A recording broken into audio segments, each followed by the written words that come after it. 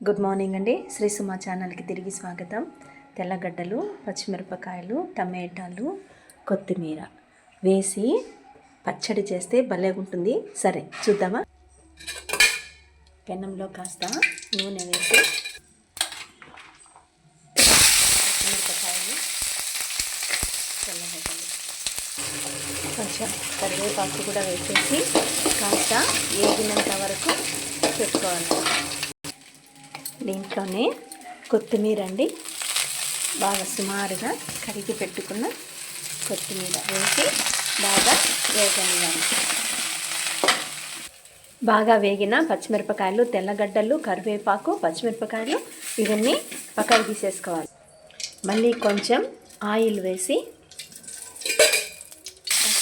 టమాటాలు వేసేయాలి. అది కొంచెం మగ్గేంత వరకు మూత పెట్టుకుందాం. ముందు వేయించి పెట్టుకున్న దాన్ని ముందుగా తగినంత ఉప్పు వేసుకొని మిక్సీ పట్టుకుందాం. అది కొంచెం మెత్తబడింది కదండి. ఇప్పుడు టమాటాలు వేసేసుకుందాం చివరిలో. ఇప్పుడు మిక్సీ పట్టుకుందాం. అంతేనండి, మనము చేసుకున్న కొత్తిమీర పచ్చడి రెడీ. భలే ఉంటుందండి ఇది. దోశల్లో కానీ ఇడ్లీలలో కానీ, పైగా వేడి వేడి అన్నంలో భలే ఉంటుందండి. మీరు కూడా ట్రై చేసి చూడండి. ఇంకోసారి వదలరు. మరీ చేసుకొని తింటూనే ఉంటారు. బాయ్ అండి.